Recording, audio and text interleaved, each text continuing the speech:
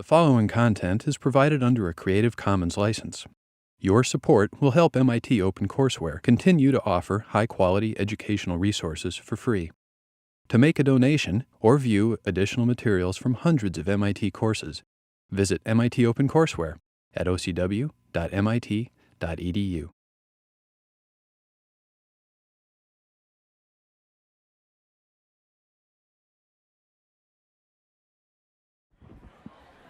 All right, everyone, let's get started. All right, good afternoon on this rainy, sad afternoon. So, I'm glad we're inside, though. Okay, so, lecture 4 of 6111 and 600.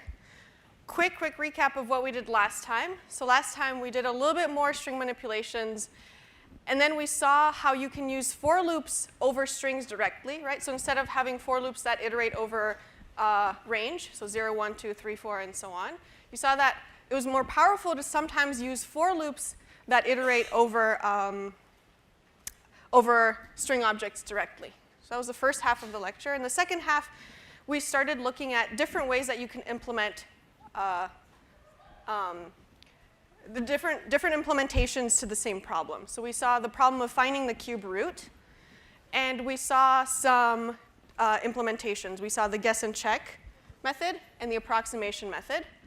And then we looked at what I thought was the most powerful method, which was the bisection method.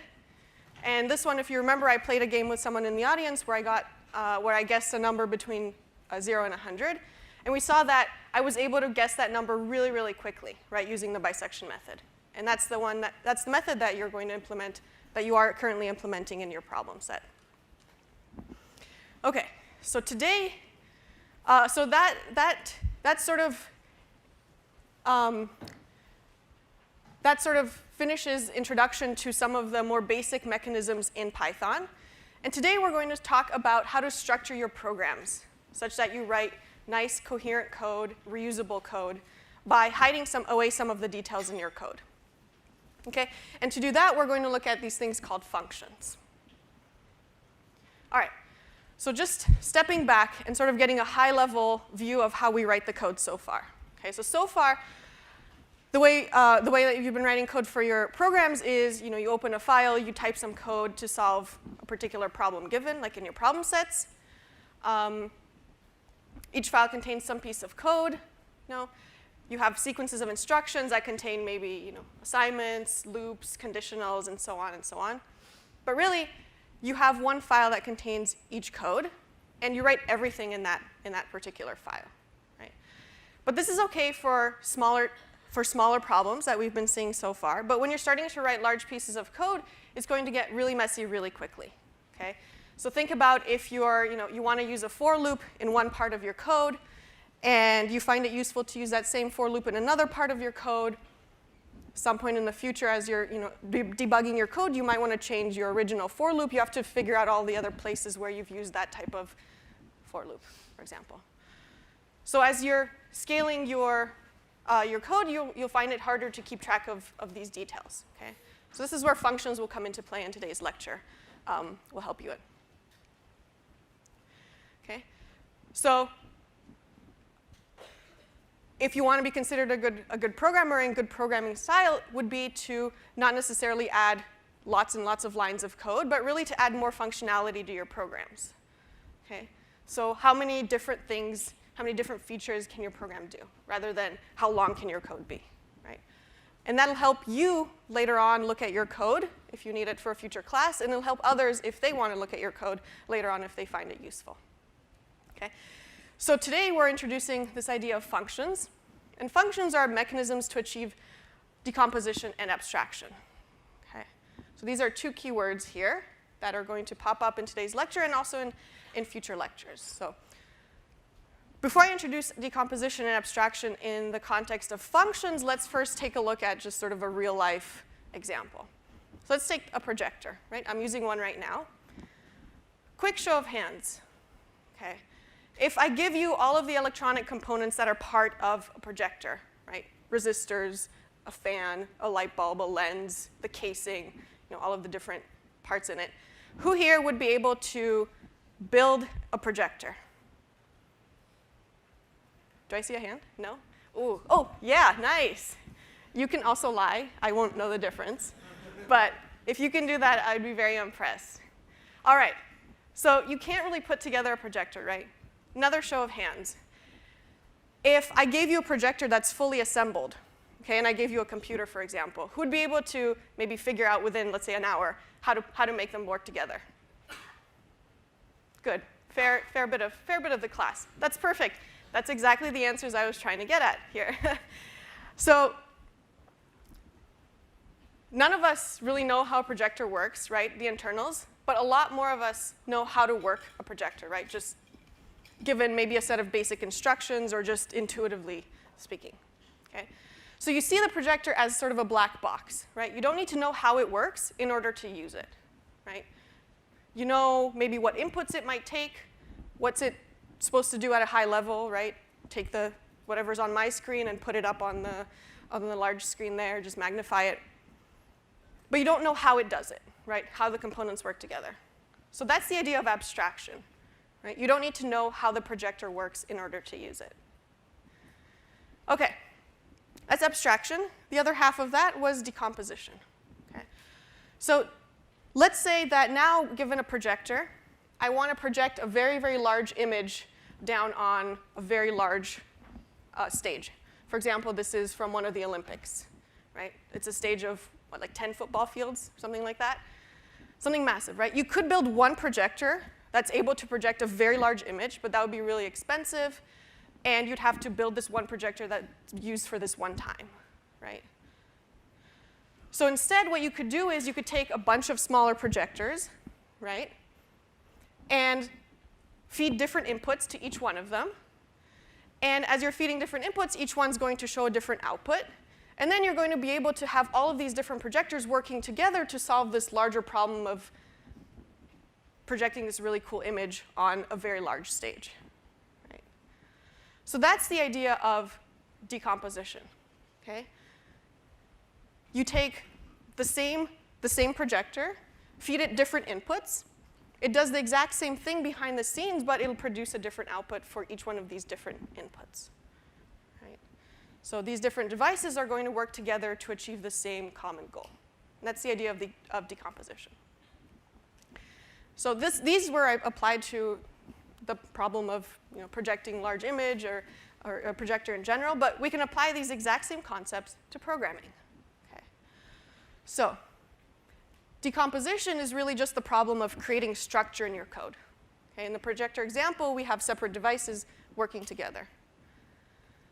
In programming, to achieve decomposition, you're dividing your code into smaller modules. These are going to be self-contained. And you can think of them as sort of little mini programs, right? You feed in some input to them, they do a little task, and then they give you something back. They go off and do their thing, and then they give back a result. Okay. These modules can be used to break up your code. And the important thing is that they're reusable.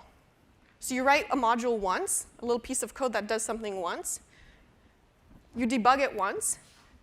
And then you can reuse it many, many times in your code with different inputs. Okay? Benefit of this is it keeps your code organized, and it keeps your code coherent. Okay? So functions are going to be used to achieve decomposition and to create structure in our code. We're going to see functions today in this lecture, and in a few weeks, you're going to actually see, when we talk about object-oriented programming, how you can achieve decomposition with classes. And with classes, you can create your own object types, like ints and floats. You can create your own object types for whatever you want, but that's later. Okay, so decomposition is creating structure in your code, and abstraction is the idea of suppressing details. So in the projector example, remember abstraction was you didn't need to know exactly how the projector worked in order to use it, and it's going to be the same idea in programming. So once you write a piece of code that does a little task, you don't need to rewrite that piece of code many times. You've written it once, and you write this thing called a function specification for it, or a doc string. And this is a piece of text that tells anyone else who'd want to use it in the future, other people, maybe yourself, it tells them how to use this function. What inputs does it take? What's the type of the inputs? What is the function supposed to do? And what is the output that you're going to get out of it, right? So they don't need to know exactly how you implemented the function. They just need to know inputs, what it does, what's the output. Those three things. Okay, so these functions are then reusable chunks of code, and we'll see in a few examples today's lecture how to write some and how to call functions. And as we're going through today's code, I want you to sort of think about functions with two different hats on. Okay? The first hat is from someone who's writing the function, right? So in the projector example, someone had to build the first projector, right? Someone had to know how to put all these components together.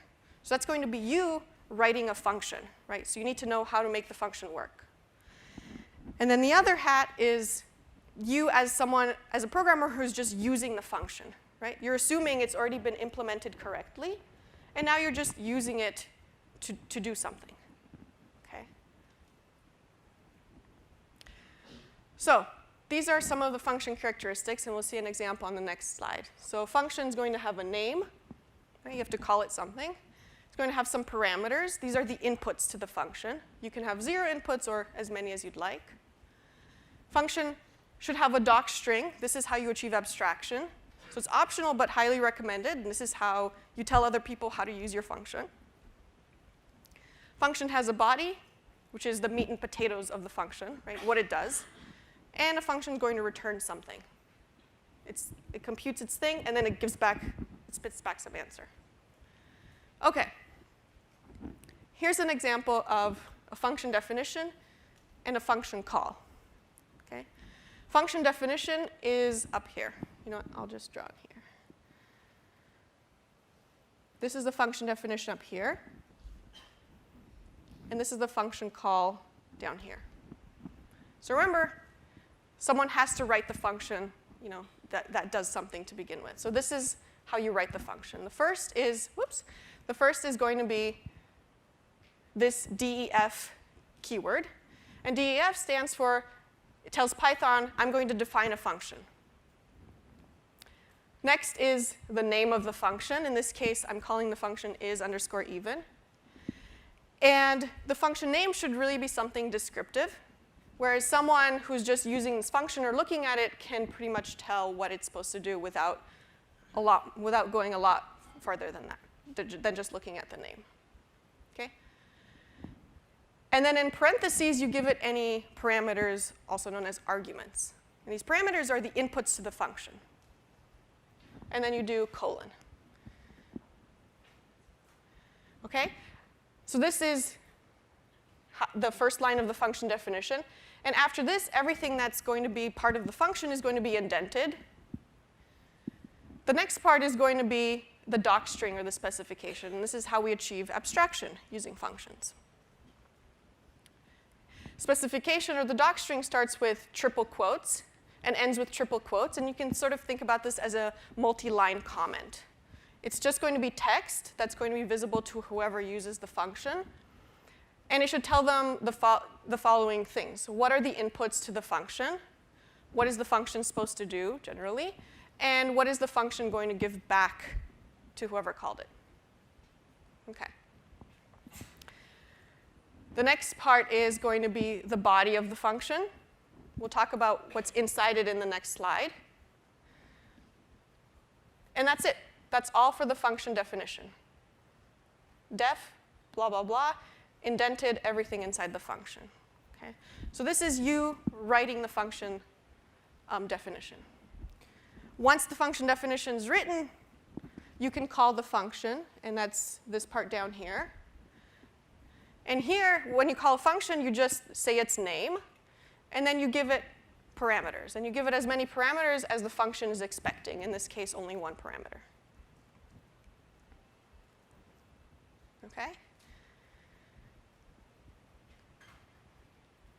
So what's inside the function body? You can put anything inside the function body. You remember, think of a function as sort of a small procedure or a little mini program that does something.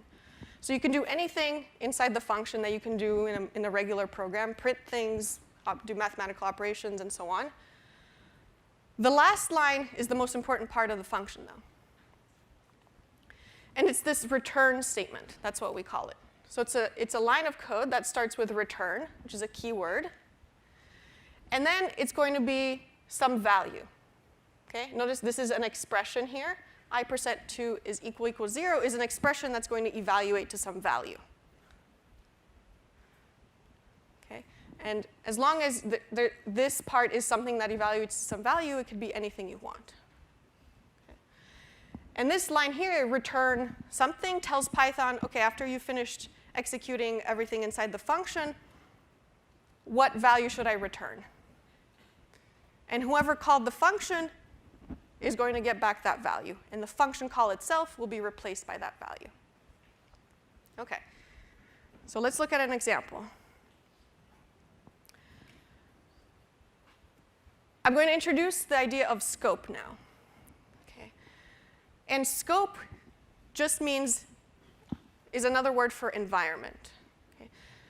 So if I told you that you can think of functions as little mini programs, the scope of a function is going to be a completely separate environment than the environment of the main program. So as soon as you make a function call, behind the scenes, what Python says is, OK, I'm in the main program, but I see a function call. I'm going to step out of this main program. I'm going to go off into this new environment. I'm going to create an entirely new set of variables that just exist within this environment. I'm going to do some computations. When I see the return, I'm going to take this one return value. I'm going to exit that environment. And then I'm going to come back to the main program.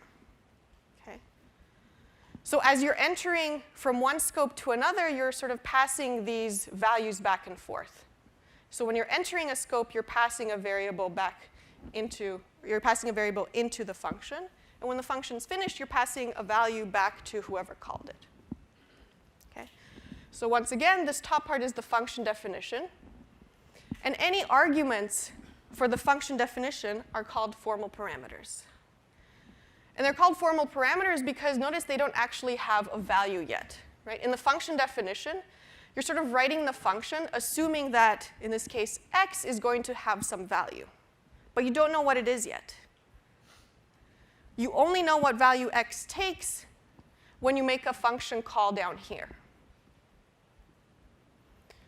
So this is your function definition, and then later on in your main program, you might define some variable x is equal to 3, and then you make a function call. F of x here is your function call. And it says, OK, I'm calling f with the value 3, because x takes the value 3, and then I'm going to map 3 into the function. The values that are passed into the function call are called actual parameters because they're going to actually have a value. OK.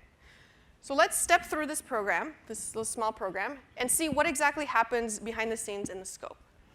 And if you're just starting to program, I think it would be highly valuable if you take a piece of paper as you're doing some of these exercises, and you write down something similar to what I'm going to go through here. I think it'll help a lot. And you'll be able to see exactly, step by step, what variables take what values and which scope you're in. Okay? So here we go. When the program first starts, we're creating this global scope. Okay? It's the main program scope. In the main program scope, the first thing that Python's going to see is this part here. DEF, f of x, and then some stuff inside. Okay? This tells Python, I have a function named x, but I don't care what's inside the code yet. I don't care what's inside the function definition yet, because I haven't called the function yet. Right? So to Python, it's just some code just sitting in the global scope. Okay? So whenever you see DEF, you're just putting some code in there. And then you go on to the next line. X is equal to 3. So in the global scope, you now have also a variable x is 3. And then the next line, z is equal to f of x, is a function call. As soon as you hit a function call, you create a new scope, a new environment. Okay? So we're temporarily leaving the global scope and sort of portaling into a new scope where we're going to try to figure out what this function is going to do and what it's going to return. So the first thing you do is you map the parameters. So x here, I'm calling f of x with 3. So the first thing I'm doing is I'm mapping every one of the parameters in the definition to their values. So the first thing I'm doing is x gets the value 3. next line here is x is equal to x plus 1. So we're still inside the function call f. So x gets the value 4. We're printing this, and then we're returning x. So in the scope of f, x is equal to 4. So we're returning that value back to whoever called it, which was this function call within the global scope. So this part right here, f of x, which was the function call, gets replaced with 4. So inside the main program, z is equal to 4. Okay? And that's how we pass parameters into the function, and we got a parameter back from the function. As soon as the function returns something, the scope that you were in for the function gets erased. You forget about every variable that was created in there, delete that scope, and you're back to wherever you started calling it. One warning, though. So what happens if there's no return statement? I said that every function has to return something. If you don't explicitly put a return statement, Python is going to add one for you. You don't have to do this. And it's going to actually have return none, N-O-N-E. And none is the special type. None is the value for a special type called none type. And it represents the absence of a value. Okay. What's that? Not a string. None is not a string, exactly. It's a special type. Okay, so before we go on, I wanted to go through a small exercise in Spider just to show you the difference that none and printing and returning makes. So here are two functions that I wrote. One is even with return. That's its name, so it's pretty descriptive. It's pretty much the same code we saw in the slides. It just has this extra little print thing. It gets the remainder when I is divided by 2, and it returns whether the remainder is equal to 0. So it'll either return a true or a false, a Boolean. OK, so my function call is this. I'm saying is even with return with the value 3. When I make this function call, this 3 gets mapped into here, this variable here. So I is equal to 3. I'm going to print with return, and then I'm going to say remainder is equal to 3% 2, which comes out to value 1, because there's a remainder 1. And I'm going to return whether 1 is equal to 0, which is false. Okay. So this line here returns false. But am I doing anything with the false? Not really. It's just sort of sitting in the code here. Okay? So this gets evaluated to false. I'm not printing it. I'm not doing any operations with it. It's just sitting there. So it won't show up anywhere. If I want the result to show up somewhere, then I have to print it. So that's what this next line is doing. Okay? So that one should be straightforward. Is even without returns a little bit trickier, but not too bad. I have print without return inside here. And then I'm going to get a remainder is equal to I% 2. And notice that I don't have any return. So implicitly, Python's going to add a return none for me, like that. You don't have to add it. So when I make the function call here, it's going to do the same thing, except the return in this case is not going to be a Boolean. It's going to be this special none, right? So this is going to get evaluated to none. Again, I'm not printing it out. It's just sitting there. If I were to print out the result of that, you'd be printing out this value none, which if I run it, you'll see here, it just prints it out right there. Okay? So as you're doing your next P set, it's about functions, and you're seeing these nones popping out in some places. Check to make sure that you've actually returned something as opposed to just printed something inside the function, right, like we did here. Okay? All right, so that's the difference. And the last thing I want to mention about this is even function is how useful it can be. So notice, so this is the function as in the slides. And once you write the function once, you can use it many, many times in your code. So here I have, I'm using the function is even to print the numbers between 0 and 19, including, and whether the number is even or odd. So notice this piece of code here once I've written this function is even, looks really, really nice, right? I have for all the numbers in this range, if the number I is even, right? This is going to return a true or false for all the numbers 0, 1, 2, 3, 4. If it's true, then I'm going to print out even, and otherwise I'm going to print out odd. So if I run this, it's going to do this. 0 even, 1 odd, 2 even, and so on. So notice using functions makes my code really nice looking, right? If I wasn't using functions, I'd have to put these 2 lines somewhere inside here, right? And it would look a little bit messier.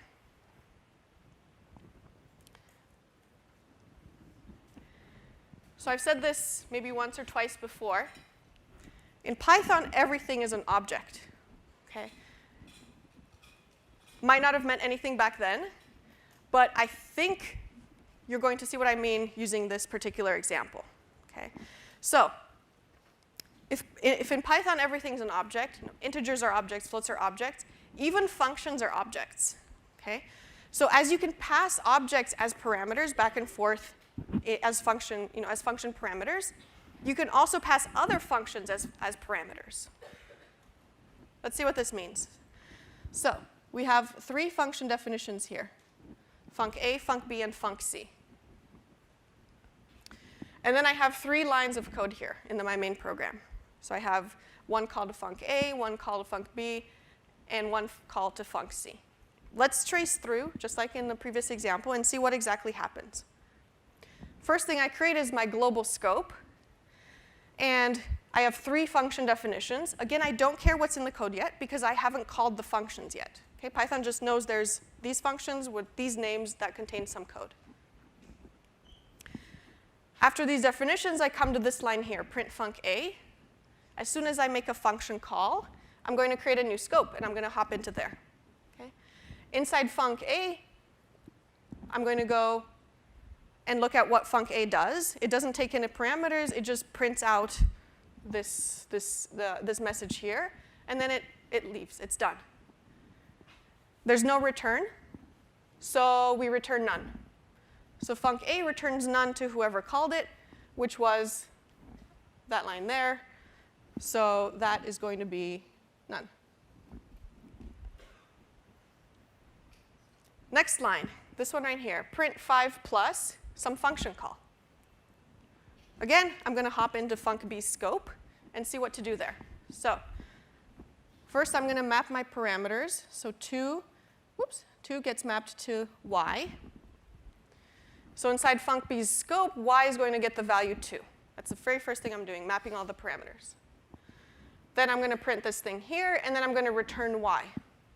So inside func B, y has the value 2, and I'm returning 2 back to whoever called me. Okay?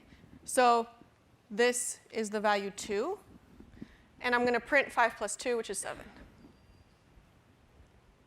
Last one, this is the trickiest. Oop, that popped up. If you think you've got it, try that exercise, but otherwise follow along. Print func C, func A. Okay? So I see that I am going to enter func C's scope. So I'm going to look at what func C does. First thing I do is I'm mapping all the parameters. Don't even worry about the fact that this is a function right now. Just pretend it's x or something. So you say func A is going to get mapped to the variable z inside func C. So z is func C, just mapping parameters from actual to formal. Then what do we do inside func C? We print out inside func C, and then we return z. This is the cool part. Inside func C, z is func A. So if you replace z with func A, this here becomes return func A open close parentheses. Look familiar? We did that function call right there, right? So that's just another function call.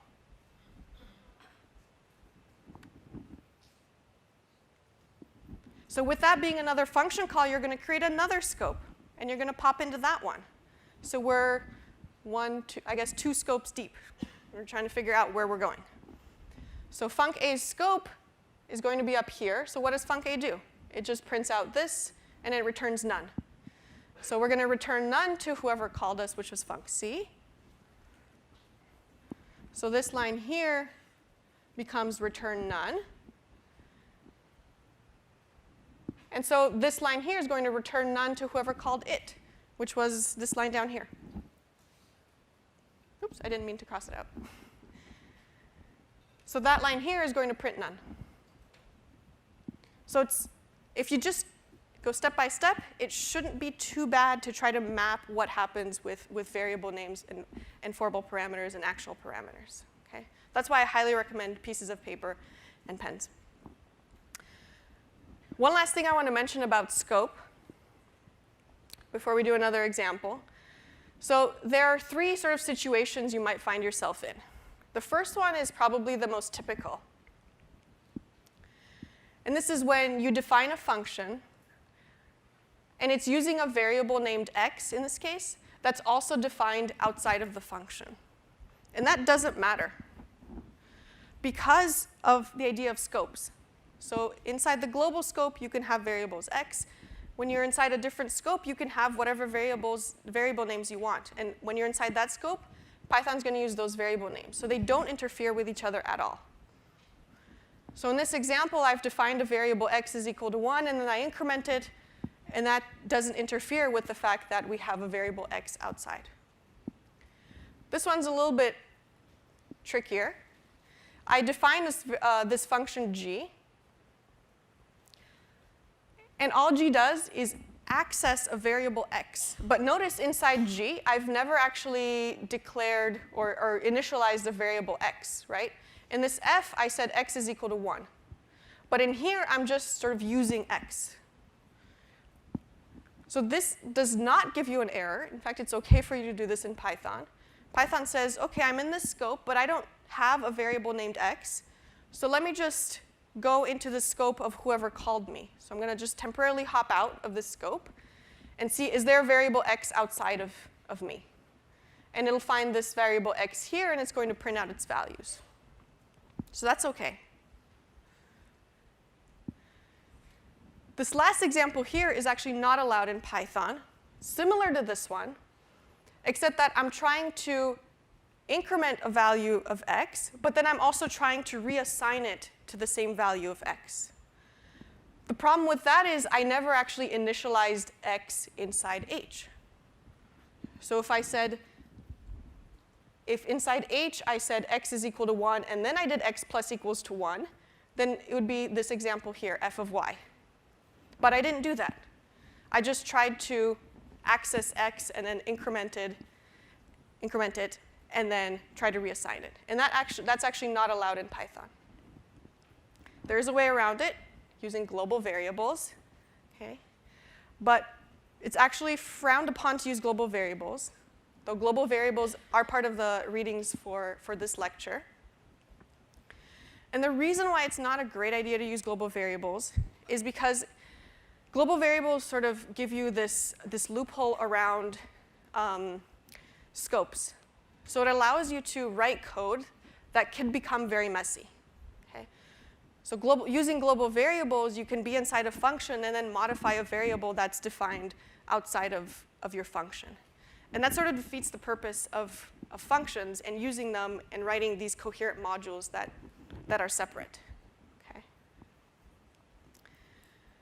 That said, it will sometimes be useful to use global variables, as you'll see in a couple lectures from now.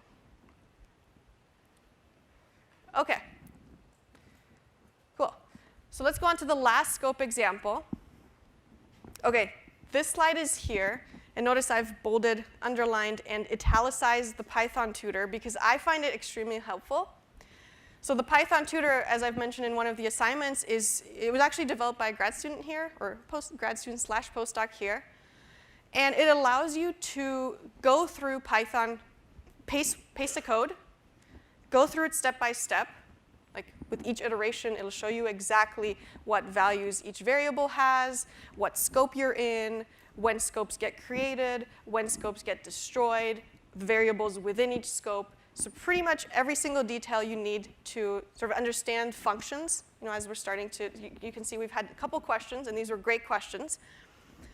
So if you're still trying to understand what's going on, I would highly suggest you take a piece of code and just run it into the Python tutor, and you should be able to see exactly what happens in sort of a similar way that I've drawn my diagrams. Okay.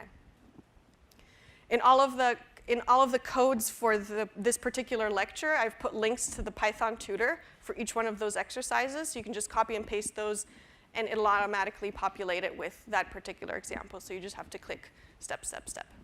OK. So having made my plug for Python tutor, let's go on. OK, so here's an example.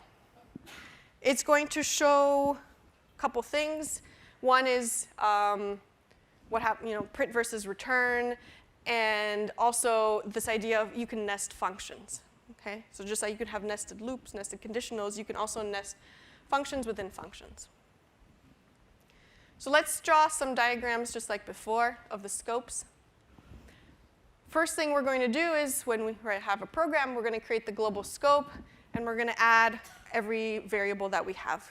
And then when we reach a function call, we're going to do something about that. OK. So the first thing in the global scope is this function definition. Again, in my global scope, I just have G as some code because I have not called it yet. Okay? I only go inside a function when I make a function call. So G contains some code. So we're done with 75% of that code. Next line is x is equal to 3. So I'm making x be a variable inside my global scope with value 3. And then I have this z is equal to g of x. This is a function call. When I see a function call, I'm going to create a new scope. So here is the scope of g. With the scope of g, I'm mapping variables to actual parameters to formal parameters. So the first thing I'm doing is I'm saying inside g, what is the value of actual parameter x? And x is going to be the value 3, because I've called g of x with x is equal to 3. OK? Next, what I see inside this function, so this is the inside of the function, is this bit here. It's another function definition. Again, since I'm just defining the function and I'm not calling it, all Python sees is h is some code. Okay? I haven't called the function h yet because I'm just defining it here with def. Okay? So that finishes this part here. The next line is x is equal to x plus 1. So inside the scope of g, I'm incrementing x to be 4. Then I'm printing out this line. And then I've reached here, h. This is actually a function call, and I'm calling h. As soon as I make a function call, I'm creating another scope. So I'm temporarily going out of the scope of g and going into the scope of h. So Python knows that h contains some code, and now I can go inside h and do whatever I need to do. So h doesn't have any parameters, so I don't need to populate anything like that in there. H does define a variable called x, which is ABC. It's a string. And then that's all h does. What does it return? None. I heard murmuring, but I think none was what you guys are saying. So since there's no return statement, h is going to return none. Okay? So h returns none back to whoever called it, which was this code inside g. So that gets replaced with none, the thing that I've this circled red h here. As soon as h returns, we're going to get rid of that scope, all the variables created within it, and we're done with h. So now we're back into g. And we just finished executing this, and this got replaced with none. Okay? We're not printing it out, right? So this doesn't show up anywhere. It's just there. So we're finished with that line, and the next line is return x. So x inside g is 4. So 4 gets returned back to whoever called it, which was in the global scope here.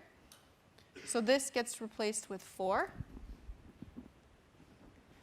So once we've returned x, we've completely exited out of that, the scope of G.